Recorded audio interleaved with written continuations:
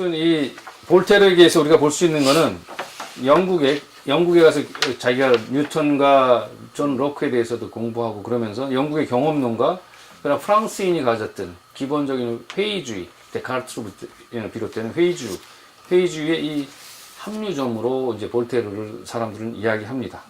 아무튼 이 볼테르가 쓴 리사본의 그 대지진을 놓고 쓴 바로 이 깡디드 혹은 낙천주의라는 이 제목을 글을 쓰게 되는데, 맨 처음에는 말씀드렸다시피 볼테르는 뉴턴 물리학의 어떤 지지자로서 세상에 어떤 질서 잡히고 조화로운 세계를 어떤 인식하고 옹호했었어요. 그리고 하느님은, 신은 어떠한 의미에서든지 세계의 조화를 이루는 존재이고 존재자들, 세상의 세계의 존재자들 속에서 질서를 유지하는 그런 존재로 이해를 했던 겁니다. 그러니까 일정 정도 당시의 주류였던 그 낙관주의에 대해서 공감을 했던 셈이었죠. 그런데 바로 1755년에 벌어진 이 대참사, 리사본의 대지진 이후에 이 사람은 낙관적인 세계관에 대해서 철저하게 회의를 하게 됩니다. 그래서 자연재해가 일어난 것인데 이 사람에게서는 정신적인 재해가 일어난 거와 마찬가지였죠. 그래서 이 리사본의 대지진 1755년에 일어난 그 대지진을 놓고 4년 뒤에 1759년도에 깡디드란 책을 발표하게 됩니다. 혹시 깡디드란 책 읽어보신 분 있으세요? 상당히 호황되고 모험 소설에 가까워요. 갈피를 잡을 수가 없어요. 이거 뭐 초등 중등생이 쓰는 이게 판타지 소설 같기도 하고 상당히 황당합니다. 그런데 이 안에는 상당히 어떤 의미 있는 내용들이 상당히 블랙 코미디식으로 숨어져 있어요. 그래서 이 안에는 깡디드 안에서 귀족들, 가톨릭 신부, 아주 형이상학자, 철학자, 뭐 이 사람들 모두가 당시의 주류 권력층에 대해서는 다 모두가 풍자를 해버립니다. 그래서 그들이 갖고 있는 낙관주의적 사상은 도저히 증명할 수 없는 것이다 라고 얘기를 해요. 많은 그 당시의 주류 인사들을 풍자를 하면서. 그래서 낙관주의라는 것은 정말 좋지도 않은데 마구잡이로 좋다고 우기는 것, 따라서 나쁠 때도 모든 것이 최선이라 우기는 바로 이 광신, 맹신이라는 거죠. 이제 이 이야기가 바탕에 깔려서 끊임없이 깡디드에 이야기 되는 겁니다. 이 낙관주의에 대한 어떤 그 풍자 비판을 통해서 계속 종교적인, 그 다음에 그 허황된 낙천주의적 사고를, 그러니까 나이프니스를 겨냥하는 건데, 이런 어떤 위선, 그 다음에 사회적 정의에 대해서 불감증에 대한 어떤 그런, 그리고 평범한 사람들의 고통에 대해서 외면하는 이런 것들 끊임없이 그 풍자를 하고 비판하는 거죠. 그래서 근대 인간이 가진 고통에 대한 어떤 인문학적인 어떤 관점을 제시했다라고 얘기를 합니다. 그래서 그 유명한 말이 있어요. 앙드레 지드가 이런 말을 해요. 세상이 멸망할 때 자기가 꼭 가지고 가야 될 책이 있대요.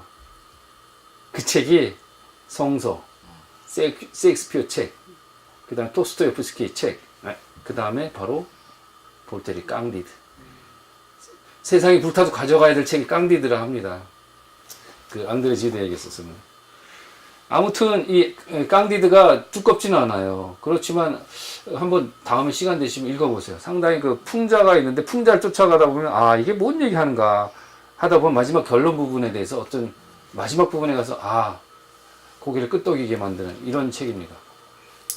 이 깡디드에는 이 두 사람의 인물이 아주 대표적인 인물로 두 사람이 등장합니다. 깡디드와 판글로스라는 사람이 등장하게 되는데요. 깡디드는 바로 이 판글로스의 제자인데요. 깡디드란 말이 재밌어요. 이름도 상당히 은유적으로 이 사람이 붙여놓은 건데, 라틴의 칸도르라는 그 백색, 순수하다는 뜻이거든요. 그 다음에 깐디우스라고 해서 백색, 순진무구한 사람 이제 깐디우스가 되는데, 이게 바로 깡디드란 말이 이 라틴어의 의미에서 온 겁니다.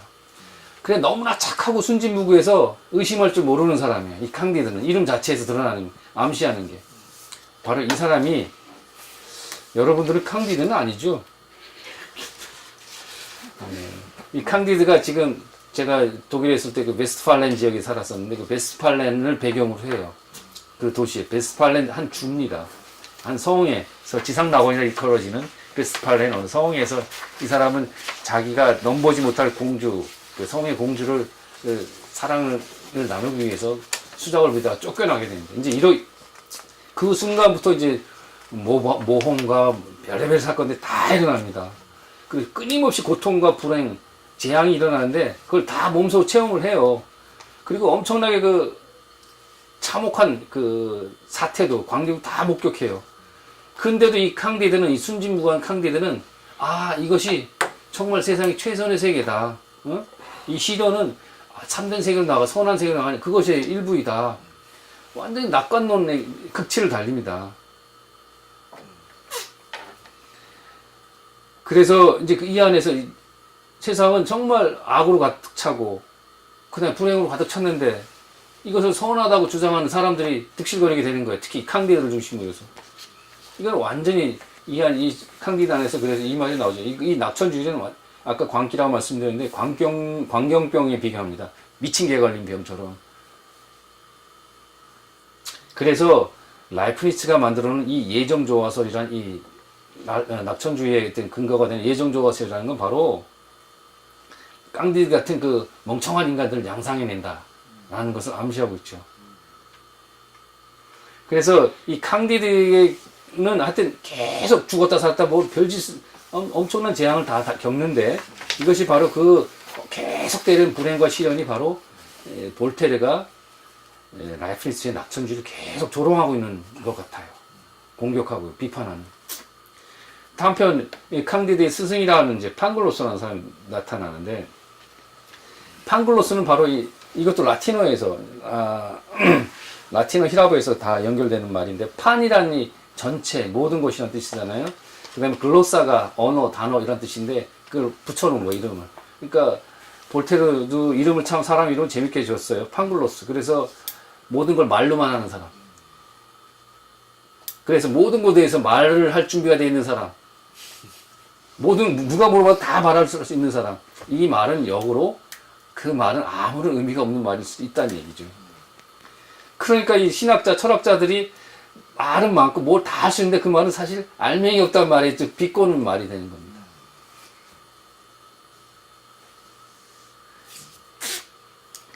이 판글로스가 바로 형이상학자이기도 하고 뛰어난 신학자이기도 하고 천문학적 어떤 우주론적 철학 교수이기도 합니다.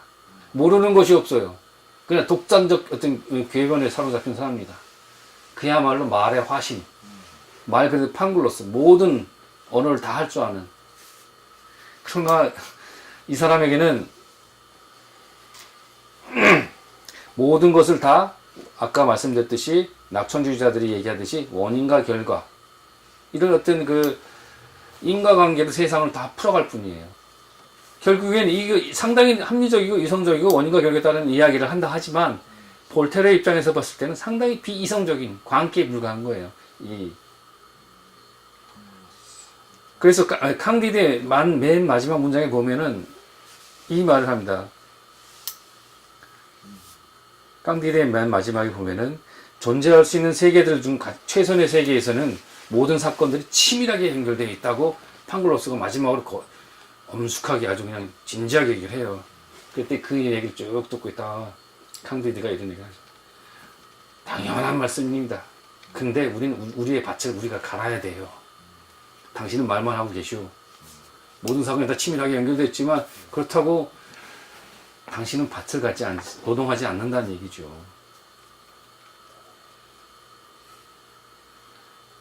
마지막 끝판까지도 이 판글로스는 바로 라이프니츠의 화신이에요. 라이프니츠를 끊임없이 조롱하고 있어요.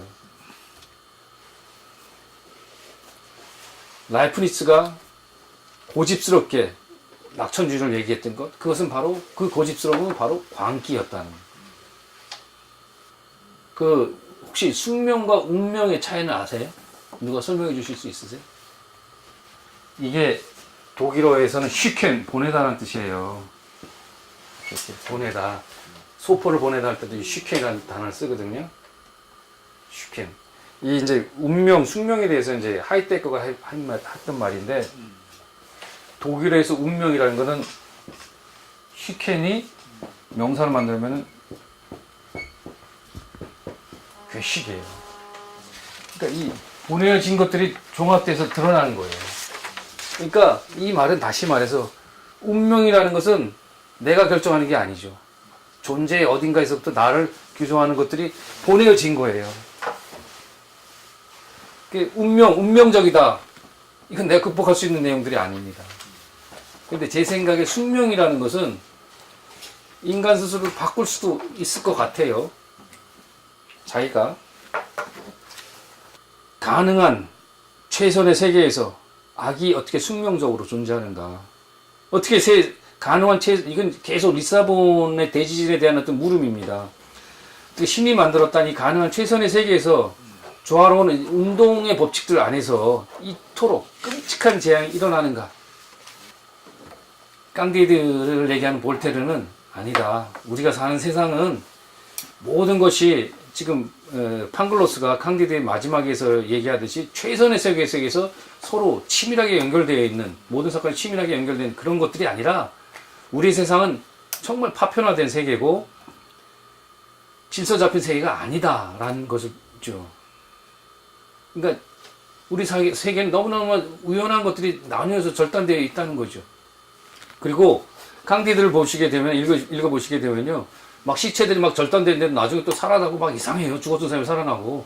그러니까 절단된 시체가 보여주는, 시하오에서 몸뚱아리가 나왔다는 그 참 그런데 이 절단된 세계라는 것, 절단된 시체는 바로 이 조화로운 세계, 이 조화로운 세계를 해체한다는 의미가 있어요. 캉디드에서는 치밀하게 연결된 세계가 해체되었다는 것을 바로 절단된 신체, 절단된 세계를 의미한다는 거죠. 캉디드에서는. 그래서 최선의 세계가 조화로운 세계, 질서 잡힌 조화로운 세계라는 것을 끊임없이 절단된 신체를 비유하면서 조롱하게 됩니다. 그리고 악이 끊임없이 이어져요. 캉디드가 베스팔렌의 그 남작의 성에서 나온 이후로부터 계속 악이 더 크게 확장돼서 벌어집니다. 그리고 세상에 악이 없는 곳이 없어요. 유럽도 그렇고 저 남아메리카도 그렇고 이 사람이 가는 곳마다 다 악이 존재해요. 이것은 바로 악의 편재성, 이걸 보여주는 거죠. 그리고 죽었던 사람, 헤어졌던 사람이 계속 만남과 이별을 반복하는데, 이 만남이란 것도 더 큰 악을 제시하기 위한 장치로 또 캉디드는 설치합니다. 이렇게 이제 캉디드가 이렇게 구성이 되면서 낙관주의와 어떤 그 예장조화는 악의 숙명으로, 악이 숙명적으로 존재할 수밖에 없다는 악의 숙명성으로 만들어버린다는 거죠. 이게 바로 낙관주의와 예정조화가 가진 악의 숙명성에 대해서 캉디드는 아주 불편하게 생각하는 이야기입니다. 왜냐? 하나님의 정의, 신의 정의는 인간이 알 수 없다는 거예요.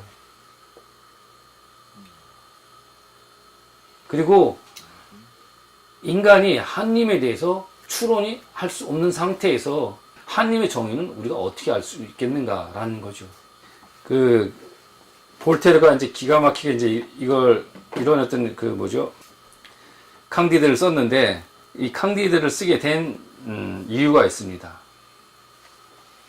캉디드가 리사본 지진 1755년에 벌어지고 일어나고 4년 뒤에 썼다고 했는데, 그 사이에 바로 이 루소와 논쟁을 벌입니다. 루소와는 나이 차이도 상당히 많이 나요. 근데 루소와 벌이는 논쟁 속에서 바로 하여튼 또 볼테르의 한 단면이 드러나는데, 이 리스본 지진의 이 재앙의 원인을 두고 이제 루소와 벌이는 논쟁입니다. 루소는 이게 바로 천재지변이 아니라는 거예요. 루소는 자연을 거슬러 그 도시를 건설했던 인간들에게 그 재앙의 책임이 있다는 거죠. 근데 볼테르는 하느님과 인간 사이에 대해서 총체적인 어떤 불만을 리사본이라는 도시에서 벌어진 사건에 투영합니다. 그러면서 루소에게 왜 하느님과 신과 부패한 권력에 대해서 너는 아무 말도 안 하고 비판하지 않냐? 볼테르가 루소에게 너 왜 이 불행한 사태의 주인공이 된 하느님과 이 불의한 권력에 대해서 너는 왜 비판을 하지 않고 공격하지 않느냐? 라고 했더니 루소는 아니다. 이것은 자연을 거슬러서 건설했던 도시를 건설했던 탐욕을 우선했던 너네들이 인간의 책임이 있는 것이다 라고 얘기를 하는 거죠. 자, 그래서 리사본에서 벌어진 이 사건이 일어난 다음에 바로 이 뛰어난 감수성을 지닌 볼테르가 리사본 재앙에 관한 시라고 해서 시를 붙여서 시를 씁니다. 모든 불행의 시작이 신의 권위라는 이름으로 자행되는 만행이라면 나는 신을 믿지 않겠다. 라면서 이제 라이프니츠의 낙관주의를 이때부터 조롱하기 시작합니다. 근데 역시 무신론자는 아니에요. 이거 보면은 이신론자예요. 그래서 신을 믿는 이들을 죽음으로 몰아넣는 신은 도대체 무엇이란 말인가? 신에게 과연 정의가 있는가? 왜 또 신은 왜 무고한 희생을 허용하는가?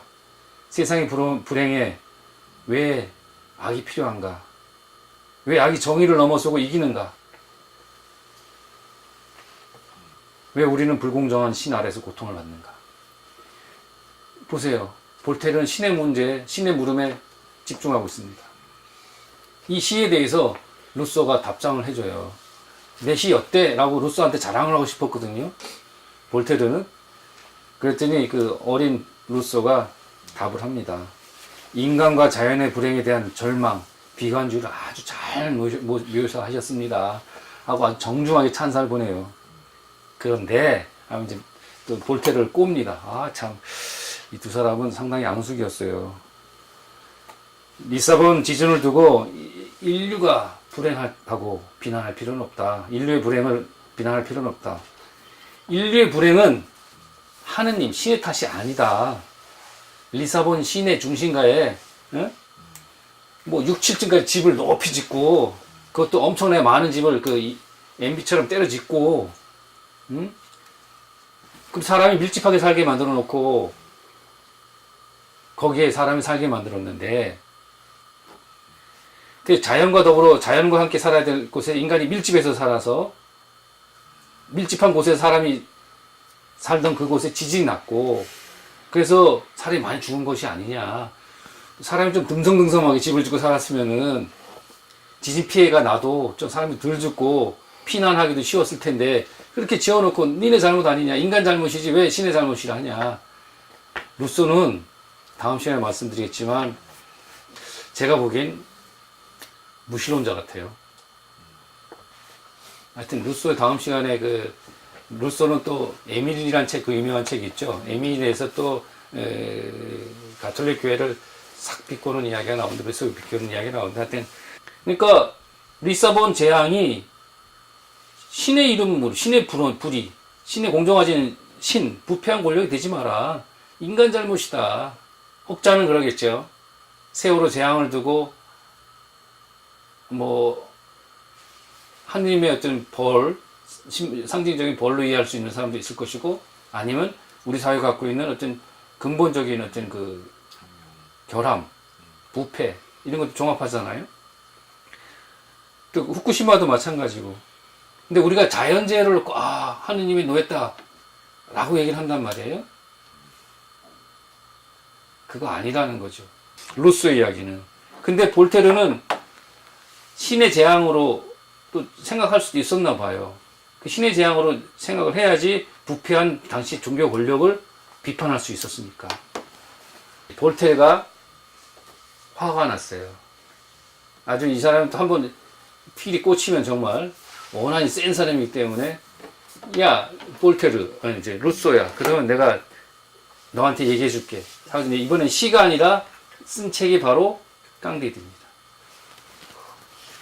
루소에게 답변으로서 깡디를 써서 보냈는데 루소가 대답을 안 해요. 대꾸를 안 합니다. 그랬더니 또 이 노여움이 많은 볼테르는 편지를 하나 써내요. 장자크 팡소프라고. 장자크 팡소프 박사에게 쓰는 편지하고 루소를 또 조롱합니다. 팡소프라는 말은 앞에서는 판이라는 게 모든 것이라는 뜻이잖아요. 아까 말씀드렸듯이 소프는 소피아에서 나온 거예요. 모든 것을 다 아는 나는 뜻이에요. 모든 것을 다 아는 사람이라는 뜻이에요. 그러니까 야 모든 것을 다 아는 루소 박사야, 장자크 박사야, 내 편지 뭐하라 하면서 이렇게 꼭 비꼬면서 하는 거지. 아, 이 사람은 상당히 그 아주 삐딱해요, 까칠하고.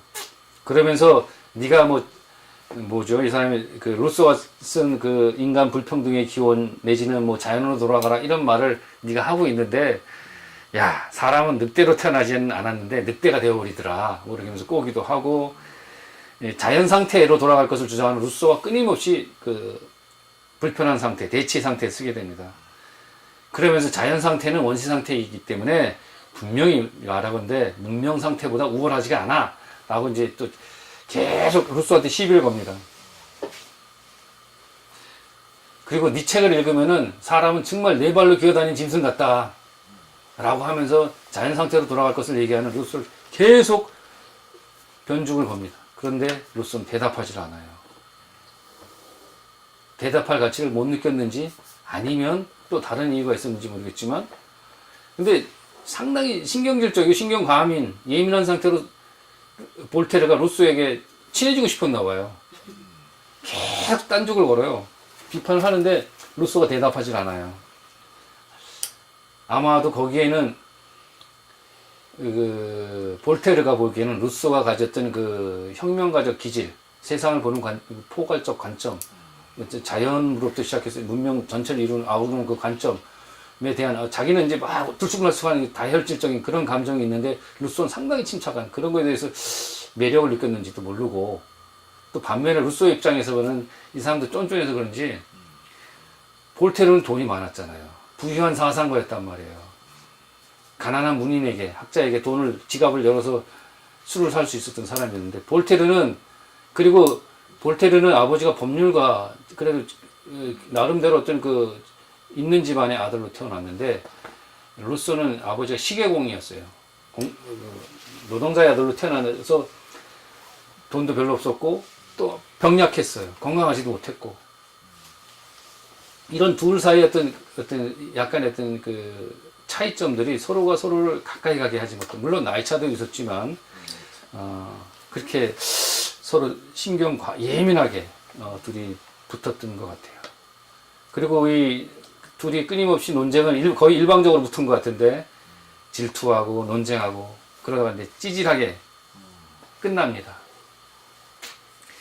그래서 시계공의 아들이었던 루소에게 너는 자기 말에 대꾸를 하니까 너는 바로 예수를 배반한 유다처럼 너는 철학을 배반한 유다다 라고 얘기를 하고,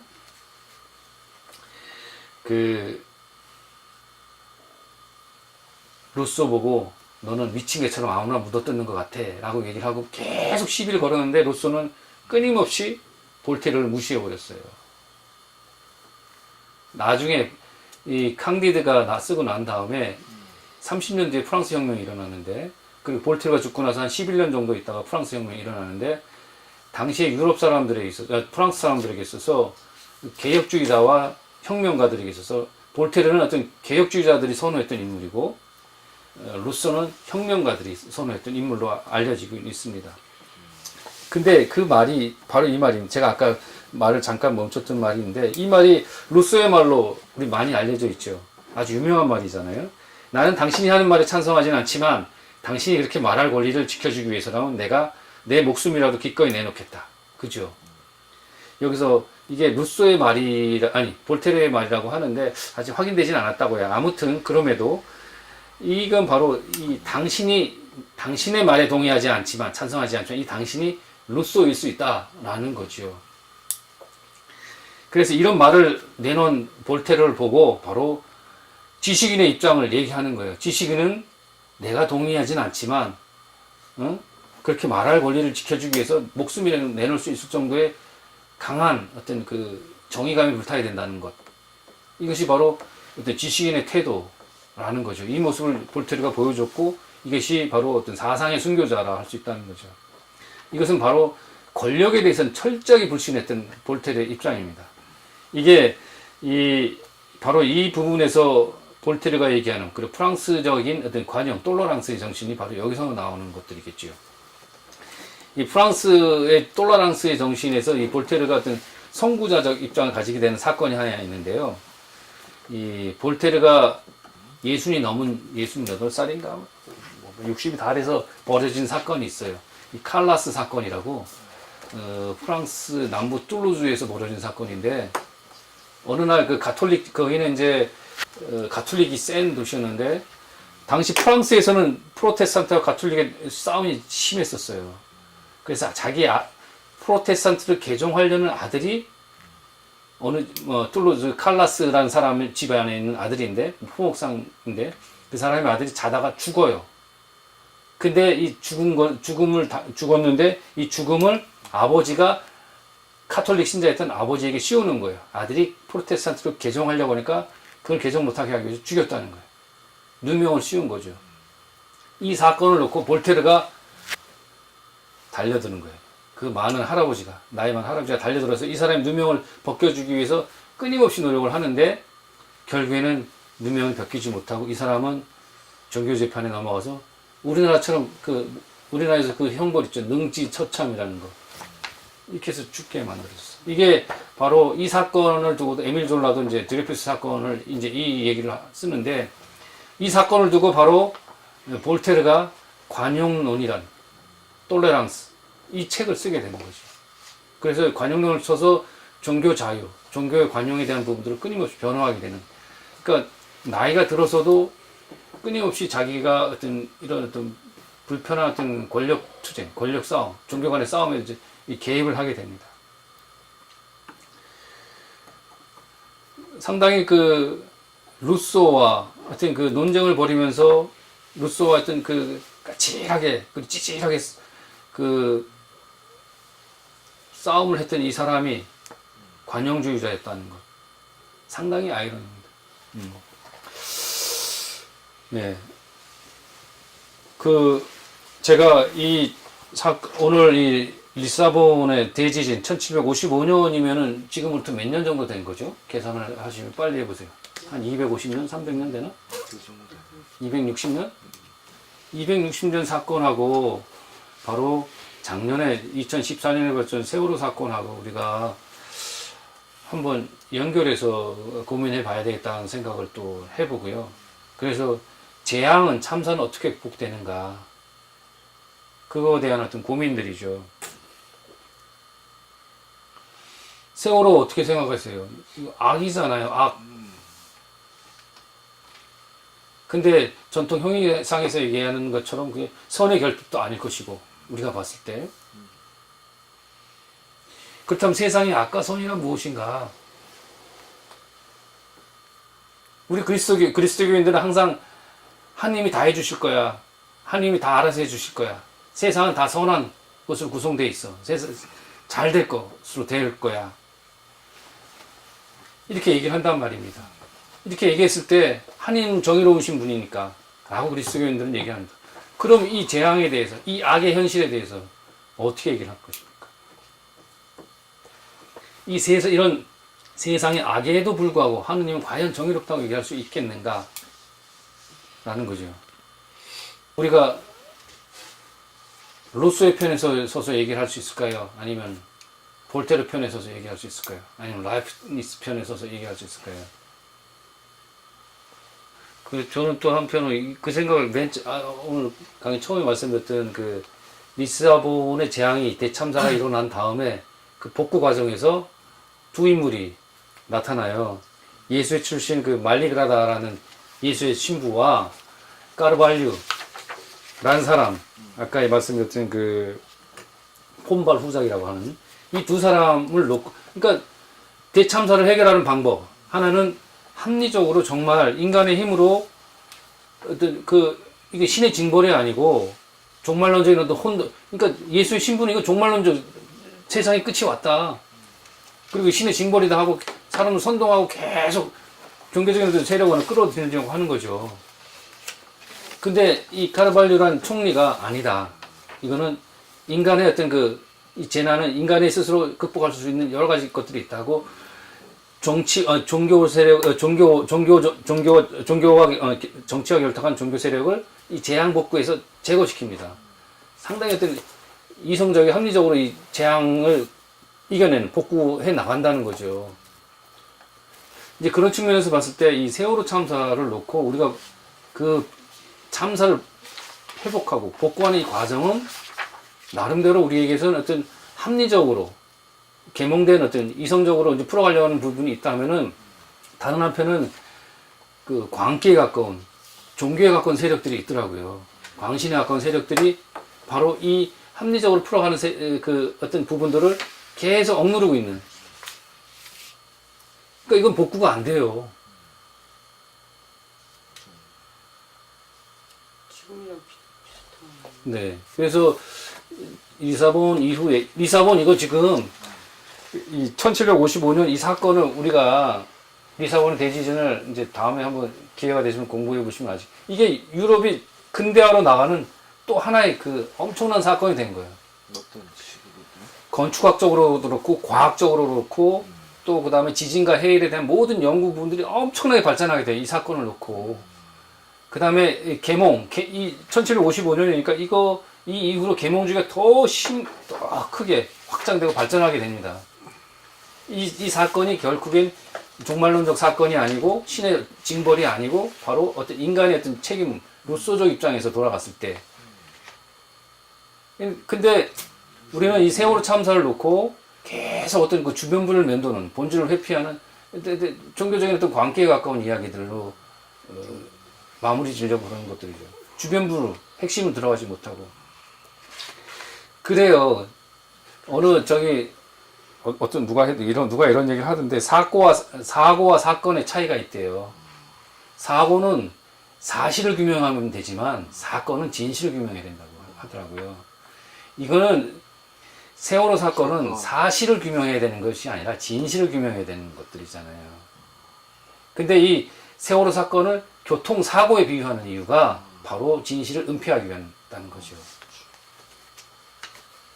그러니까 사고로 치부해버리고 단순한 어떤 그 보상과 배상 그거로만 해버리고 한 사람들은 바로 이 당시에 리스본 사건을 놓고 어떤 종교적 독단, 종교적 편견을 가지고 이 사건을 무마시키려고 하고, 이것을 그 상황을 이해했던 사람하고 크게 다르지 않다는 거죠.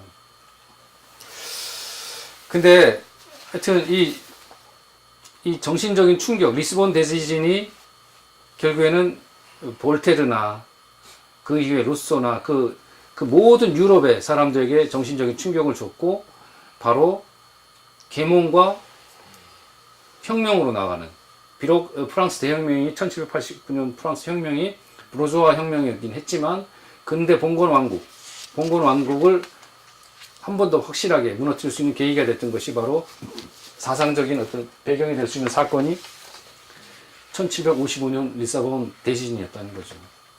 그리고 리사본이라는 나라, 포르투갈이라는 나라가 어떤 나라였습니까? 자본주의적 맹아 그 이상의 것들. 그리고 더 포르투갈 나라는 식민지 전쟁을 통해서 식민지를 개발함으로써 금과 노예들을 갖고 와서 자국 생산 기반은 없었어요. 마치 우리나라와 비슷해요.